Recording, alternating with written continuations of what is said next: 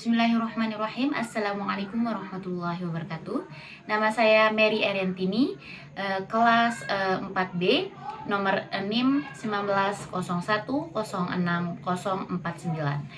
Kali ini saya akan buat video pengajaran untuk memenuhi tugas akhir semester mata kuliah Akidah Akhlak dengan dosen pengampun Bapak Lalu Asyriadi MPD. Selamat menyaksikan. Bismillahirrahmanirrahim. Assalamualaikum warahmatullahi wabarakatuh anak-anak. Selamat pagi. Nah anak-anak, sebelum kita mulai pelajaran pada pagi hari ini, marilah kita berdoa. Berdoa mulai. Oke, berdoa selesai. Baiklah anak-anak, pelajaran kita hari ini adalah mata pelajaran Akidah Akhlak dengan materi bersihkan hati dengan kalimat thayyibah.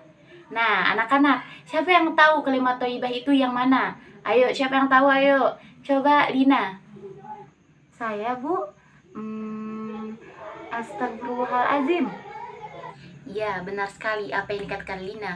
Kalimat thayyibah itu adalah astagfirullahalazim. Nah, istighfar. Mungkin kalimatnya pendek, tetapi jangan salah, memiliki makna yang sangat dalam, dahsyat, dan sangat indah dalam hidup kita. Ya anak-anak, dan umat Islam itu pasti selalu mengucapkan kalimat thayyibah dalam melakukan dosa atau salah, pasti karena itu adalah bentuk dari rasa bersalah atau rasa bentuk taubat mereka. Karena astagfirullahalazim itu artinya aku memohon ampun kepada Allah yang Maha Agung. Jadi secara tidak langsung saat kita melakukan dosa pasti kita akan mengucapkan astagfirullahalazim, karena itu adalah kalimat bentuk taubat kita kepada Allah Subhanahu wa taala. Nah, mengingat tentang kesalahan dan dosa, manusia itu tidak lepas dari kesalahan dan dosa. Benar kan anak-anak? Ya, karena kenapa? Karena memang tabiatnya manusia itu tidak lepas dari kesalahan dan dosa.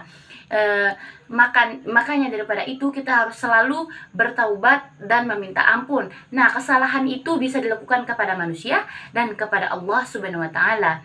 Sedangkan bila kita melakukan dosa kepada Allah Subhanahu wa taala, cukup kita mengucapkan istighfar sebagai bentuk pertaubatan kita dan tidak mengulangi kesalahan itu. Sedangkan kepada manusia beda lagi anak-anak. Kita harus, selain kita mengucapkan istighfar, kita juga harus meminta maaf kepada orang yang tempat kita berbuat salah. Karena kita harus kita harus meminta maaf itu agar tidak ada konflik lagi kepada orang tersebut, biar tidak menjadi beban kita nantinya. Dan kita yang dimintain maaf, maksudnya bila ada orang yang meminta maaf kepada kita, adik-adik jangan sekali-kali tidak memaafkannya atau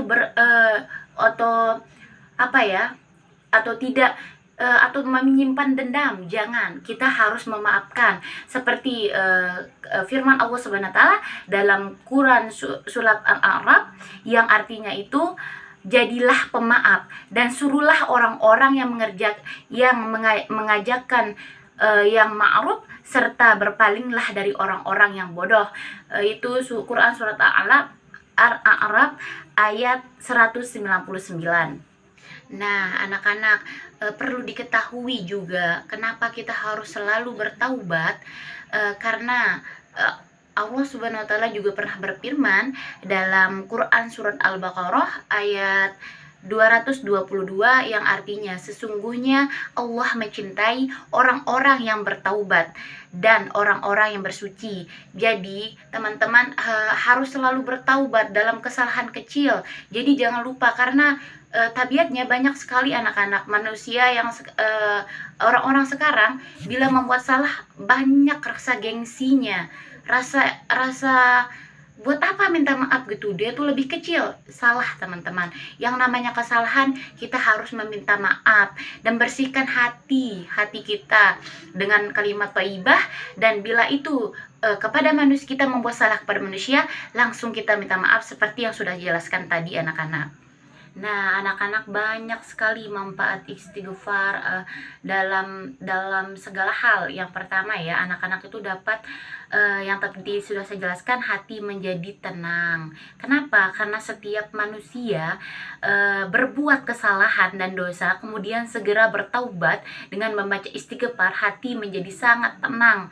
Sebaliknya, kalau orang yang menunda-nunda taubat karena bersalah dan berdosa, hati menjadi lebih keras dan banyak beban. Ya, selanjutnya diampuni salah dan dosanya oleh Allah Subhanahu wa taala.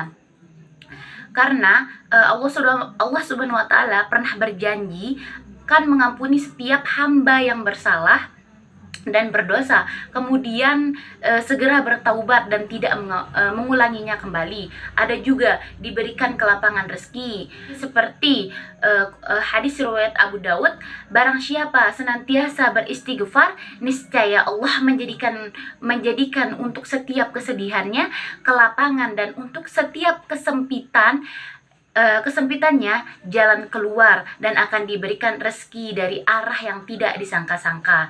Nah, begitu besar ya manfaat istighfar itu, anak-anak.